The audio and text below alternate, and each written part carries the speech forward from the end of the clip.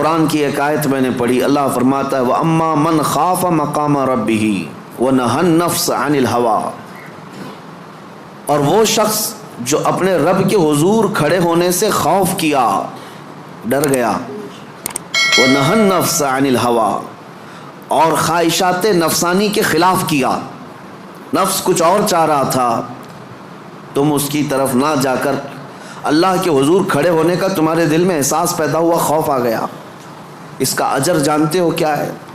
قرآن کہتا ہے فَإِنَّ الْجَنَّةَ هِيَ الْمَأْوَىٰ، تو ایسے آدمی کا ٹھکانہ تو جنت ہی ہے، اس کا ٹھکانہ سیدھے جنت ہے۔ خواہشات نفسانیہ یہ ہر ایک کو دی گئی ہیں، یہ انسان کے ساتھ ساتھ چل رہی ہیں، اسی سے جنگ ہماری پوری کنٹینیو موت تک چلتی رہتی ہے۔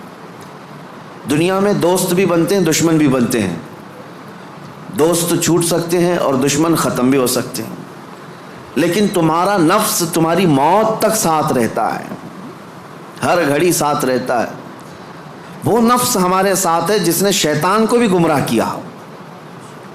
آپ سوچ سکتے ہیں ہر برے کام میں ہم یہ کہتے ہیں کہ شیطان نے بہکا دیا، شیطان نے بہکا دیا، یہی کہتے ہیں، نماز نہیں پڑھے شیطان ورغلایا بہکایا، صبح نماز میں نہیں آئے شیطان سلا دیا۔ مجھے یہ بتاؤ آدم علیہ السلام کو سجدہ کرنے سے جو شیطان نے انکار کیا اس کو کس نے منع کیا؟ ساری دنیا کو شیطان بہکاتا ہے تو شیطان کو کون بہکایا؟ تو محدثین فرماتے ہیں یہ نفس امارہ ہے جو ہر ایک کے ساتھ ہے، یہ شیطان کو بھی ہرا سکتا ہے، وہ شیطان کو بھی شکست دیتا ہے، وہ سب کے ساتھ ہے، وہ سب کے ساتھ ہے۔ اس نفس کو، اس خواہشات کو اگر کوئی چیز دنیا میں کنٹرول کر سکتی ہے تو صرف ذکر اللہ ہے، اللہ کا ذکر اسے قابو میں رکھ سکتا ہے۔ باقی اس قدر خطرناک ہے خواہشات نفسانیہ کہ بعض لوگ یہ سمجھتے ہیں کہ جوانی ختم ہونے کے بعد بڑھاپے میں کوئی خواہش نہیں ہوتی، بلکہ بہت سارے بوڑھوں کو زنا کرتے ہوئے دیکھا گیا۔ اور میرے آقا صلی اللہ علیہ وسلم فرماتے ہیں روئے زمین کے سب سے بدترین لوگ ہوں گے وہ جن کی طرف قیامت کے دن اللہ نظر بھی نہیں فرمائے گا۔ کچھ لوگوں کے بارے میں حدیث میں ہے قیامت کے دن رب تعالیٰ ان کی طرف نظر بھی نہیں فرمائے گا۔ یہ کون لوگ ہیں جو بڑھاپے میں بھی جا کر گناہ نہ چھوڑ سکے؟ اور وہ کون سے بوڑھے ہیں جو بڑھاپے میں بھی نہیں چھوٹ سکے ان سے گناہ؟ یہ وہی لوگ ہیں جو خواہشات نفسانی کے غلام تھے۔ مولا علی کرم اللہ وجہہ الکریم فرماتے ہیں اللہ نے ہر ایک کے ساتھ نفس بھی دیا، عقل بھی دیا۔ نفس کیا ہے؟ تمہارے خواہشات، اور عقل تمہیں فیصلہ کر کے بتاتی ہے۔ لیکن حضرت علی کرم اللہ وجہہ الکریم فرماتے ہیں جس کا نفس عقل پر غالب آ گیا اس آدمی سے زندگی میں کبھی خیر نہیں ہوگی، وہ کوئی صحیح فیصلہ نہیں لے سکے گا۔ جس کا نفس اس کی عقل پر غالب آ گیا، اور جس نے اپنے نفس کو ہرا دیا، شکست دیا، تو اس کی عقل اتنی پاورفل ہوتی ہے کہ وہ ہزاروں کو زیر و زبر کر سکتا ہے اور دنیا کے بڑے فیصلے لے سکتا ہے۔ جس نے اپنے نفس کو کنٹرول میں رکھا، اپنے خواہشات کو اپنے تابع رکھا، خود اس کا غلام نہیں بنا۔ میرے عزیزو، قرآن کی ایک آیت میں آپ کو بتاتا ہوں، کتنا بڑا لفظ اللہ تعالیٰ نے قرآن میں فرمایا، توجہ کتنا بڑا لفظ ہے یہ، ارأیت من اتخذ الہہ ہوا، اے محبوب کیا آپ نے نہیں دیکھا کچھ لوگ ایسے ہیں جنہوں نے اپنی خواہشات کو اپنا خدا بنا لیا۔ معبود، الہ کا مطلب ہے معبود، جس کی عبادت کی جائے اس کو کیا کہتے ہیں؟ معبود۔ اور قرآن کہتا ہے کچھ لوگ ایسے ہیں جنہوں نے اپنے نفس کو، اپنی خواہشات کو اپنا معبود بنا لیا۔ یہ قرآن کی آیت ہے، 2 جگہ آئی ہے۔ اب اتنا بڑا لفظ نفس کے لیے اللہ فرما رہا ہے کہ کئی لوگوں نے اس کو بت بنا لیا، اپنا معبود بنا لیا۔ کیوں؟ اس لیے کہ یہ وہی کرتے ہیں جو ان کا نفس چاہتا ہے، تو گویا کہ اس کی عبادت کر رہے ہیں، خواہشات کی پیروی کر رہے ہیں۔ نفس صبح اٹھا، گناہ کی طرف کھینچا، آپ چل پڑے، گویا کہ اس کی عبادت میں لگے ہوئے ہیں۔ کبھی تو اسے شکست دو، کبھی تو اسے ہراؤ۔ رات کے وقت گناہوں کے اڈوں پر جانے کی جیسی خواہش ہوتی ہے، کیا اپنے آپ کو مارتے ہو؟ میں تمہیں بتاؤں، خواہشات تو بہت دور کی بات ہے، گناہوں کی خواہشات بہت دور کی بات ہے۔ سیدنا ابو بکر شبلی رحمۃ اللہ تعالیٰ علیہ سلسلہ قادریہ کے بڑے مشہور بزرگ ہیں، جن کے نام سے ہم شجرے میں پڑھتے ہیں بہر شبلی شیر حق دنیا کے کتوں سے بچا۔ وہ حضرت ابو بکر شبلی جب رات کے وقت عبادت کے لیے آتے تھے تو اپنی آنکھوں میں نمک کا سرما لگاتے تھے۔ کیوں؟ صرف اس لیے کہ نیند اگر آئی تو گویا کہ میں اپنی خواہش کا غلام ہو گیا، اپنے رب کا نہیں۔ عبادت اس کی ہو رہی ہے اور میں خواہش کے پیچھے چل رہا ہوں، حالانکہ نیند جو ہے یہ فطری چیز ہے، کسی کو کہیں پہ بھی آ جاتی ہے۔ اولیاء کاملین تو اس سے بھی اپنے آپ کو بچاتے تھے کہ وہ آنکھوں میں نمک پھیر لیتے تھے جس سے آنکھوں میں خون نکل آتا تھا۔ لوگ کہتے بھی تھے تو کہتے کہ اگر اللہ کی عبادت کے دوران اونگ آتی ہے، جھپکی آتی ہے، تو ان آنکھوں کی سزا یہی ہے کہ انہیں نمک لگا دیا جائے۔ اور حضرت شاہ مینا رحمۃ اللہ علیہ لکھنؤ میں آرام فرما ہے، حضرت شاہ مینا، ان کا حال تو یہ تھا کہ جب رات کو عبادت کے لیے کھڑے ہوتے تو ایک اونچی دیوار پر وہاں کھڑے ہو کر نماز پڑھتے، ادھر بھی کھائی ہے ادھر بھی کھائی ہے، کھڑے رہتے۔ لوگ کہتے کہ نماز پڑھنے کے لیے اتنی جگہ ہے، اس دیوار پر کیوں جا کر نماز پڑھتے ہیں؟ حضرت شاہ مینا فرماتے تاکہ میں ہمیشہ اللہ کی عبادت میں مصروف رہوں، اگر نیند آئی تو میرا جسم دیوار سے نیچے آ سکتا ہے اور اس جسم کو وہی سزا ملنی چاہیے جو اپنے رب سے غافل ہوتا ہو۔ نفس کے خلاف وہ اولیاء جنگ کرتے رہے، لڑتے رہے۔ سب سے بڑی خطرناک چیز آج ہمارے ساتھ جو چل رہی وہ ہمارے خواہشات ہیں، اور میرے آقا صلی اللہ علیہ وسلم ارشاد فرماتے ہیں لا یؤمن احدکم حتی یکون ہواہ تبعا لما جئت بہ، تم میں سے اس وقت تک کوئی مومن نہیں ہو سکتا جب تک اپنی خواہشات کو میری مرضی کے حوالے نہیں کرے گا۔ تم ویسا جب تک نہیں کرو گے جیسا رسول اللہ چاہیں تب تک تم مومن نہیں ہو۔ تم وہ کرتے ہو جیسا تم چاہتے ہو، تمہاری مرضی، تمہاری خوشی، تمہیں جو اچھا لگا وہ کرنے لگے۔ یہ مومن کامل کی علامت نہیں۔ مومن کامل وہ ہے جو اپنی زندگی میں وہ کرے جو رسول پسند کرے، ان کی مرضی کے مطابق۔ میرے عزیزو، خواہشات یہ لامتناہی سلسلہ ہے، نہ ختم ہونے والا سلسلہ ہے۔ کسی بھی خواہش کا کوئی اینڈ نہیں ہے۔ کر کے دیکھ لو، تمہیں اگر دولت کی خواہش پریشان کرتی ہے تو کماؤ کماؤ کماؤ، کہاں تک جاؤ گے؟ کبھی بھی پیٹ نہیں بھر سکتا۔ نبی پاک صلی اللہ علیہ وسلم ارشاد فرماتے ہیں قبر کی مٹی ہی اس کا پیٹ بھر سکتی ہے۔ کسی بھی خواہش کا اینڈ نہیں ہے دنیا میں۔ جو خواہشات ہیں، مال کی خواہش، میں یہ نہیں کہہ رہا کہ کسی کو مال کمانا ہی نہیں چاہیے، ارے میاں زندگی گزارنے کے لیے ہر ایک کو کمانا ہے، ہر ایک کو کمانا ہے، لیکن میں جس چیز کی مذمت کر رہا ہوں غلام بن کر کے پیچھے بھاگنا۔ جیسے فارسی میں کہا گیا ہے خوردن برائے زندگی اس نہ کہ زندگی برائے خوردن۔ کھانا جو ہے تمہاری زندگی کے لیے ہے، پوری زندگی کھانے کے لیے نہیں ہے۔ فرق دونوں میں سمجھ رہے آپ؟ مال تمہاری زندگی گزارنے کے لیے ضروری ہے، لیکن پوری زندگی مال کے لیے نہیں ہے۔ لیکن خواہشات کبھی ختم نہیں ہوتی۔ شہوت کی خواہشات، نفس جیسے جنسی عمل کے ذریعے سے اپنے جسم کو سکون پہنچانے کی کوشش کرتا ہے، وہ خواہشات بھی کبھی ختم نہیں ہوتی، کبھی ختم نہیں ہوتی۔ اگر اس نے اپنے اس گھوڑے کو، نفس کے گھوڑے کو آزاد چھوڑ دیا تو وہ کہیں پر بھی اس کی خواہشات جا کر رکتی نہیں۔ نہ وہ ایک عورت پر صبر کر سکتا ہے، نہ 10 عورتوں پر، نہ 100 عورتوں پر۔ اگر اس نے اپنے خواہشات کے اس گھوڑے کی لگام نہیں پکڑی تو کہیں اینڈ نہیں ہے اس کا، کہیں اینڈ نہیں ہے۔ مرنے کے وقت بھی یہ خواہشات اسے گناہ کی طرف لے جا سکتی ہیں۔ یہ شرمگاہ کی خواہشات اور زبان کی جو خواہشات ہیں، چٹکارا جس کو کہتے ہیں، لذت، اس کا بھی کوئی اینڈ نہیں۔ میں نے ایک ایسے صاحب کو بھی دیکھا، ان کے بیٹے میرے ساتھی تھے، وہ تو مذاق میں کہتے تھے کہ ان کے باپ ICU میں تھے، جس دن ان کا انتقال ہونا تھا اس دن بھی وہ بریانی منگوا رہے تھے ICU میں۔ تو یہ تو ایک نارمل سی بات تھی، ہنس کر کے وہ کہہ رہے تھے، لیکن وجہ یہ تھی کہ وہ ایڈکٹ تھے بریانی کی۔ کھانے کے، گوشت کے، تو ایک لمٹ ہوتی ہے کسی آدمی کی، لیکن اگر اس نے خواہشات کو آزاد چھوڑا تو وہ کہیں پر بھی جا کر نہیں رک سکتا، نہ آئی سی یو، نہ آپریشن، نہ کوئی چیز، اسے کوئی چیز نہیں روک سکتی سوائے موت کے۔ موت آنے تک وہ اپنی خواہشات میں ڈوبا رہے گا، ڈوبا رہے گا۔ خواہشات ایک سمندر ہے، وہ ختم نہیں ہوتا کبھی۔ اسی لیے میرے عزیزوں، جتنا کم ہو سکے سمیٹ لو اپنے آپ کو۔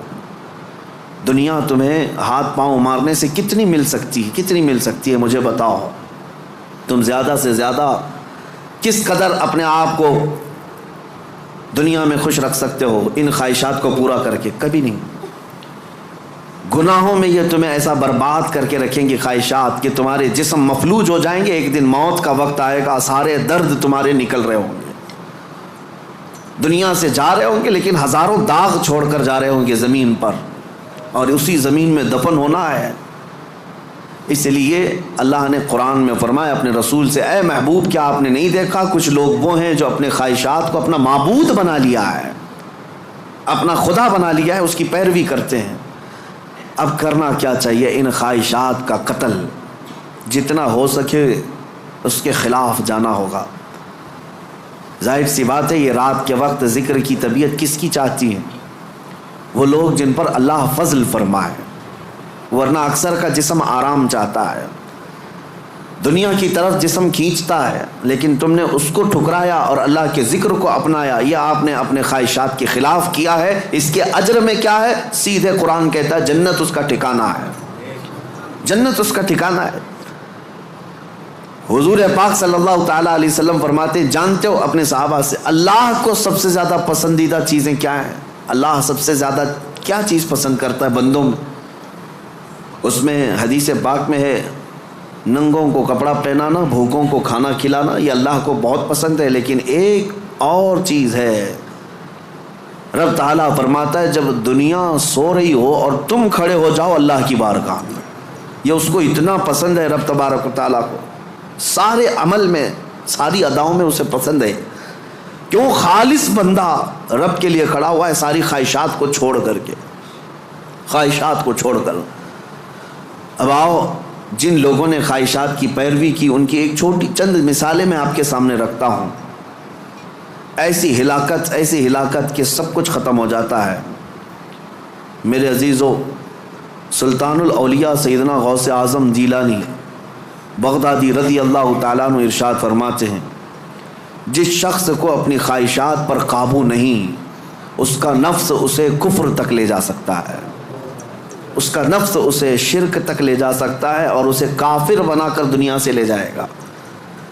ایسے حالات بھی ہم نے دیکھے، خواہشات نے انسان کو کافر بھی بنا دیا، کبھی مال کی خواہش، کبھی عورت کی خواہش، کبھی کسی اور چیز کی خواہش۔ اللہ اکبر، وہ صحابہ کیسے تھے جنہوں نے اپنی ساری خواہشات کو میرے مصطفیٰ کی مرضی پر قربان کر دیا تھا، ہر چیز کو قربان کیا تھا، ہر چیز کو قربان کیا۔ آؤ میں تمہیں وہ بات بتا دوں جو سیدنا ابراہیم علیہ الصلوۃ والتسلیم کے متعلق قرآن میں آیا ہے۔ وَإِذْ قَالَ إِبْرَاهِيمُ رَبِّ أَرِنِي كَيْفَ تُحْيِي الْمَوْتَى قَالَ أَوَلَمْ تُؤْمِنْ قَالَ بَلَىٰ وَلَٰكِنْ لِيَطْمَئِنَّ قَلْبِي قَالَ فَخُذْ أَرْبَعَةً مِّنَ الطَّيْرِ فَاصْرُهُنَّ إِلَيْكَ ثُمَّ اجْعَلْ عَلَىٰ كُلِّ جَبَلٍ مِّنْهُنَّ جُزْءًا ثُمَّ ادْعُهُنَّ يَأْتِينَكَ سَعْيًا۔ قرآن کہتا ہے ابراہیم علیہ السلام نے ایک بار اللہ کی بارگاہ میں ذکر کیا کہ مولا تو مرے ہوئے لوگوں کو دوبارہ کیسے زندہ کرتا ہے؟ اللہ نے پوچھا کیا ابراہیم تمہیں اس بات پر یقین نہیں ہے؟ عرض کیا مولا یقین ہے لیکن آنکھوں سے دیکھنا چاہتا ہوں، تو مردے زندہ کیسے کرتا ہے؟ رب تعالیٰ نے فرمایا 4 پرندے لے لو، ان کو ذبح کرو، ان کا گوشت پورا قیمہ بنا کر مکس کر لو، اور 4 پہاڑوں پر تھوڑا تھوڑا سب کا گوشت رکھ کر کے آؤ، اور پھر ان پرندوں کے نام لے کر پکارو، وہ اڑتے ہوئے آئیں گے۔ حضرت ابراہیم علیہ السلام نے 4 پرندے لیے، ایک کوا، ایک مرغا، ایک کبوتر اور ایک مور۔ ان 4 پرندوں کا ذکر ہے، کوا، کبوتر، مرغا، مور۔ یہ 4 پرندے ذبح کیے، سب کا گوشت مکس کیا اور 4 پہاڑوں پر رکھ کر آئے اپنی جگہ پر۔ ان کی سب کی منڈیاں ان کے پاس تھیں، سر ان کے پاس تھے۔ پکارا ان پرندوں کا نام لے کر، ہوا میں وہ قیمہ اڑتا گیا، اپنے اپنے جسم سے ملتا گیا اور آ کر اپنے اپنے سر سے جڑ کر پورا پرندہ بنا۔ قرآن پاک میں یہ ہے واقعہ. سبع سنابل شریف میں میر عبد الواحد بلگرامی رحمۃ اللہ علیہ اس واقعے کو لکھ کر کے اب ارشاد فرماتے ہیں کیا کبھی تم نے یہ سوچا کہ ابراہیم علیہ السلام نے وہ 4 پرندے کیوں لیے؟ کون سے؟ کوا، کبوتر، مرغا، مور. یہی 4 پرندے کیوں لیے؟ انہی کو ذبح کیوں کیا؟ اور رب تعالیٰ کی قدرت کا مشاہدہ کرنا تھا. مری ہوئی چیز کو زندہ دیکھنا، آنکھوں سے مشاہدہ کرنا یہ معمولی چیز تو نہیں ہے. اللہ کی قدرت کو دیکھنا ہے اپنی آنکھوں سے. یہ دیکھنے کے لیے کیا کیا ابراہیم علیہ السلام نے؟ 4 چیزوں کو ذبح کیا، اور وہ 4 خاص پرندے ہیں. تو حضرت عبد الواحد بلگرامی فرماتے ہیں چاروں پرندوں کی 4 خصوصیت ہے. چاروں پرندوں کی 4 خصوصیت. کوا، اس کی خصوصیت لالچ ہے. کوا لالچی بہت ہے، اس کا پیٹ کبھی بھرتا نہیں، کبھی پیٹ نہیں بھرتا، اس کے اندر لالچ زیادہ ہے. اور مرغا، مرغے کے اندر شہوت زیادہ ہے، مادہ کے لیے، اپنی عورتوں کے لیے شہوت بہت زیادہ ہے مرغے کے اندر. اور تیسرا کبوتر، کبوتر کے اندر دوستی کرنے کی عادت بہت ہے. سارے پرندوں میں جلدی دوستی یہی کرتا ہے، جلدی مانوس ہوتا ہے، فرینڈ بنانا یہ کبوتر کی عادت ہے. چوتھا مور، مور کو اپنی خوبصورتی دکھانے کی خواہش بہت زیادہ ہے. نمائش، دکھاوے کی عادت اس کو بہت زیادہ ہے. جب 4 لوگ کھڑے ہوں گے اپنے پر کھول کر کے ناچتا رہے گا، اس کی خوبصورتی دیکھو. اب حضرت میر عبد الواحد فرماتے ہیں 4 پرندوں کی خصوصیتیں پتہ ہے؟ کوے کی لالچ، مرغے کی شہوت، کبوتر کی دوستی اور مور کی نمائش. فرماتے ہیں حقیقت میں ابراہیم علیہ السلام نے جانوروں کو ذبح نہیں کیا، ان کے اندر موجود بری عادتوں کو ذبح کیا. ابراہیم علیہ السلام نے کوے کو نہیں لالچ کو ذبح کیا، مرغے کو نہیں شہوت کو ذبح کیا، کبوتر کو نہیں بلکہ ایرے غیرے کی دوستی کو ذبح کیا، مور کو نہیں دکھاوے کو ذبح کیا. اور جب بندہ یہ 4 بری عادتوں کو ذبح کرتا ہے مولا اس کو اپنی قدرت کے مشاہدے کراتا ہے. رب تبارک و تعالیٰ کی قدرت کے وہ مناظر دیکھ سکتا ہے. مردوں کو زندہ کیسے کیا جاتا ہے یہ دکھایا جائے گا. اس آیت میں ایک بہت بڑی عبرت کی بات ہے کہ اللہ کے نبی کو یہ حکم دیا گیا. اس طرح میرے عزیزو اگر ہمارے اندر موجود یہ خواہشات، یہ سب کا تعلق خواہشات سے، لالچ، شہوت، دوستی اور ریاکاری، سب کا تعلق نفس سے ہے. یہ سب کا تعلق نفس سے ہے. لالچ کو ختم کر لو، شہوت کو ختم کر لو، کنٹرول میں رکھو. اور دوستی کے لیے بہت سارے لوگوں کو برا لگ رہا ہوگا کیا دوست نہیں بنانا چاہیے؟ یقیناً دوست بناؤ. میں آپ کا دوست ہوں، آپ میرے دوست ہیں. یہ دوستی کس بنیاد پر ہماری بنی ہے؟ صرف اور صرف اللہ اس کے رسول کی بنیاد پر. جو دوستی اس بنیاد پر بنی ہو وہ دوستی جنت تک لے جائے گی. اور جو دوستی صرف حرام کاریوں کی بنیاد پر بنی ہے، قیامت کے دن کچھ لوگ تو بیچارے یوں ہی جا رہے ہوں گے دوزخ میں. وہ کچھ کیے نہیں تھے، وہ یوں ہی جا رہے تھے. کیوں؟ قرآن کہتا ہے وہ چلا رہے ہوں گے یا ویلتا لیتنی لم اتخذ فلانا خلیلا، اے کاش میں فلاں کو دوست نہیں بنایا ہوتا تو اچھا ہوتا، اس نے گناہ کیا، پکڑ میری بھی ہو رہی ہے، پولیس چھاپا مارتی ہے. اور جو گناہوں میں ملوث ہے یا غیر قانونی کاموں میں ملوث ہے اس کو تو دھر دبوچتی تو ہے ہی ہے، لیکن پھر کنیکشن دیکھتی ہے کس کے ساتھ، یہ کس کے کانٹیکٹ میں تھا. پھر ٹریک کیا جاتا ہے، کہاں ٹریک کر کے اٹھاتے رہتے ہیں. ابھی ہمارے علاقے میں 6 مہینے پہلے کچھ وائلیشن ہوا تھا جس میں پکڑتے 150 تک کو لے کے گئے، صرف اس لیے کہ مین آروپی جو کام کیا تھا اس کو انہوں نے موبائل میں ادھر ادھر فارورڈ کیا تھا یا صرف دیکھ کر کے اپنے پاس محفوظ کیا تھا. گناہ میں برابر کے شریک دنیا میں سمجھے جا رہے ہیں. تو دوستی میرے عزیزو یہ خواہشات پر اگر ہے تو یہ جہنم میں لے جانے والی ہے. اور ریاکاری یہ بھی بہت خطرناک چیز ہے. جس نے ریا کیا، دکھاوے کے لیے کوئی بھی کام کیا، قیامت کے دن سب اس کے منہ پر مار دیا جائے گا. اب آؤ خلاصہ میں آپ کو بتاؤں. خواہشات کو اگر کنٹرول پر نہ رکھا گیا تو سنو، دو روایتیں میں آپ کو بتاتا ہوں. اگر انسان اپنے خواہشات کو کنٹرول میں نہ کیا تو وہ جانور سے زیادہ ذلیل ہوتا ہے. یہاں تک کہ بزرگوں نے لکھا ہے کہ وہ اپنی ماں سے زنا کر سکتا ہے اور بیٹی سے بھی زنا کر سکتا ہے. اگر اس نے خواہشات کو اپنے قابو میں نہیں رکھا، وہ سب کچھ کر سکتا ہے، اور ہوا ہے دنیا میں اور ہو بھی رہا ہے. یہ ہمارے لیے حیرت کی بات ہے، تعجب کی بات ہے، اس لیے کہ ڈر لگتا ہے. لیکن بے شمار ایسے معاملات موجود ہیں میاں، یہ تو ہم معاذ اللہ نعوذ باللہ پڑھ رہے ہیں اس بری خبر کو سن کر تمہیں حیرت ہوگی. کچھ ایسے لوگ ہیں جو کورٹ میں آئے ہیں بھائی بہن شادی کرنے کے لیے، اجازت مانگنے کے لیے، سگے بھائی اور بہن. اور اتنا ہی نہیں بلکہ عرب ممالک میں خود ہو کر کے آیا، کئی گھروں کے اندر یہ بے حیائیاں موجود ہیں. بہنوں کو محفوظ رکھنے کے لیے بھائیوں سے دور کیا جا رہا ہے. کیوں؟ خواہشات پر کنٹرول نہیں، انہیں ڈر ہے اپنے سگے بھائی سے. اسی کی ماں سے پیدا ہوا بھائی، اس سے خاتون ڈرتی ہے. یہ ان علاقوں میں نے دیکھا ہے، ان علاقوں میں، اگر میری بات غلط ہو تو مجھے بتانا ہو.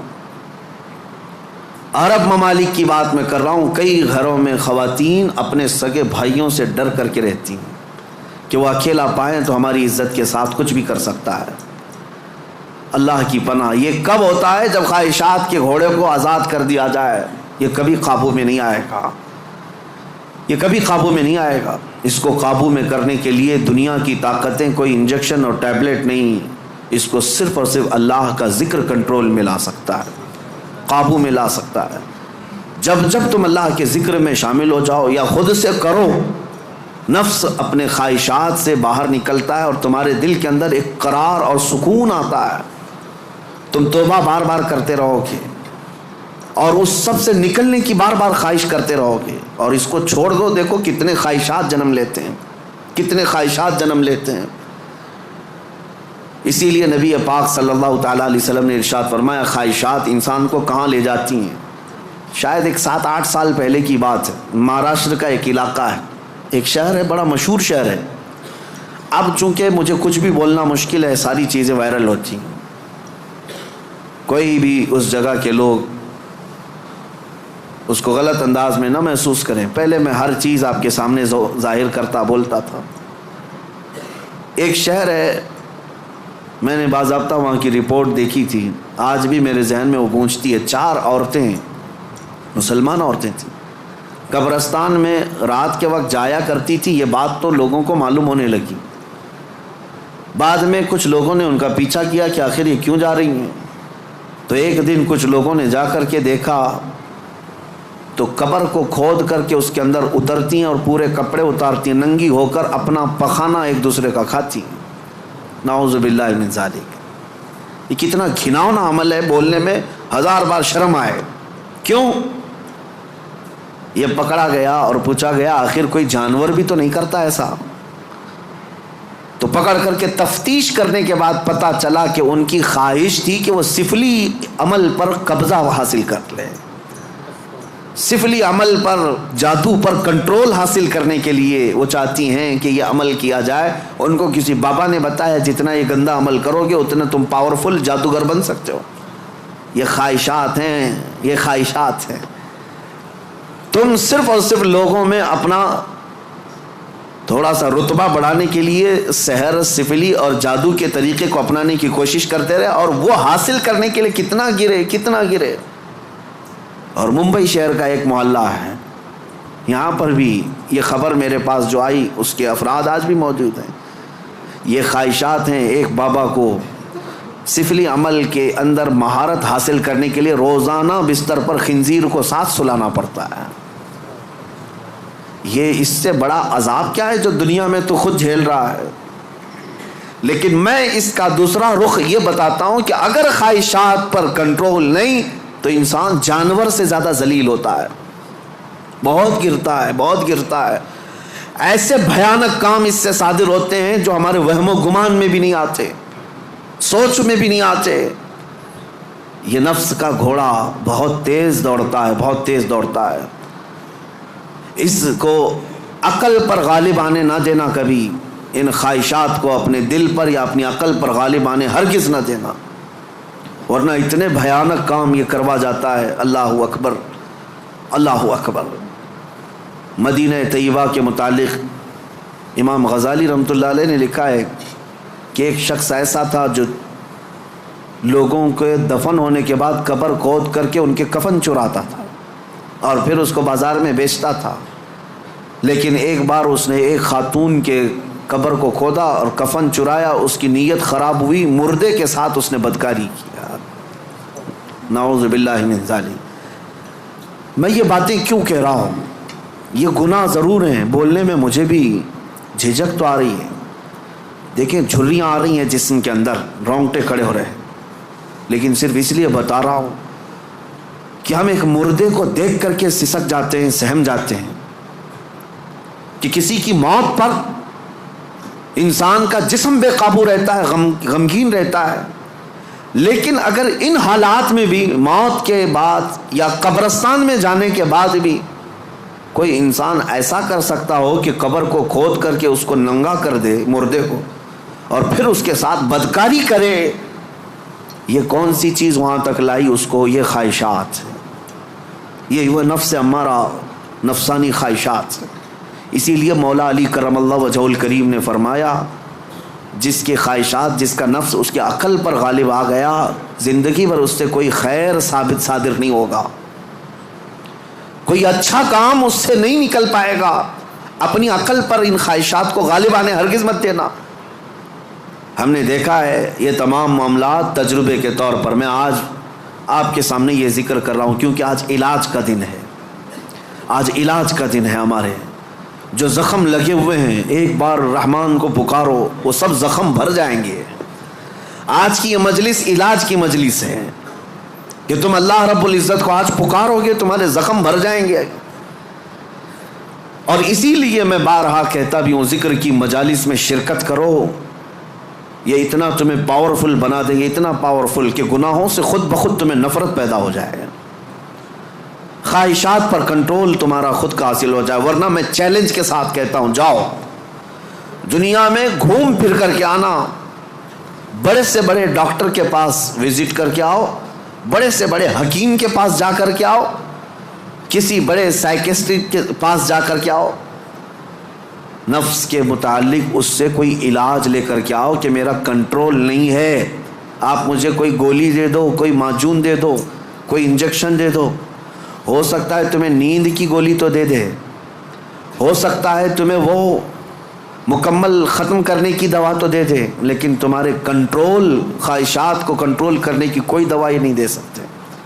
اس کا کنٹرولنگ پاور جس نے پیدا کیا وہی دے سکتا ہے۔ اسی لیے میں آپ کو بتاؤں، اب تم اپنے نفس کے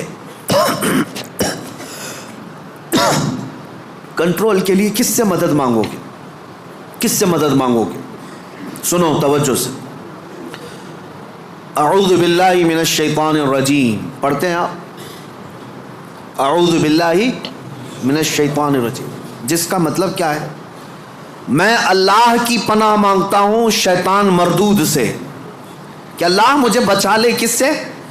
شیطان مردود سے مجھے بچا لے۔ یا آپ کس سے پناہ مانگ رہے ہیں؟ کس کی بارگاہ میں پناہ مانگ رہے ہیں؟ اللہ کی بارگاہ میں، کہ مولا تو مجھے پناہ دے دے۔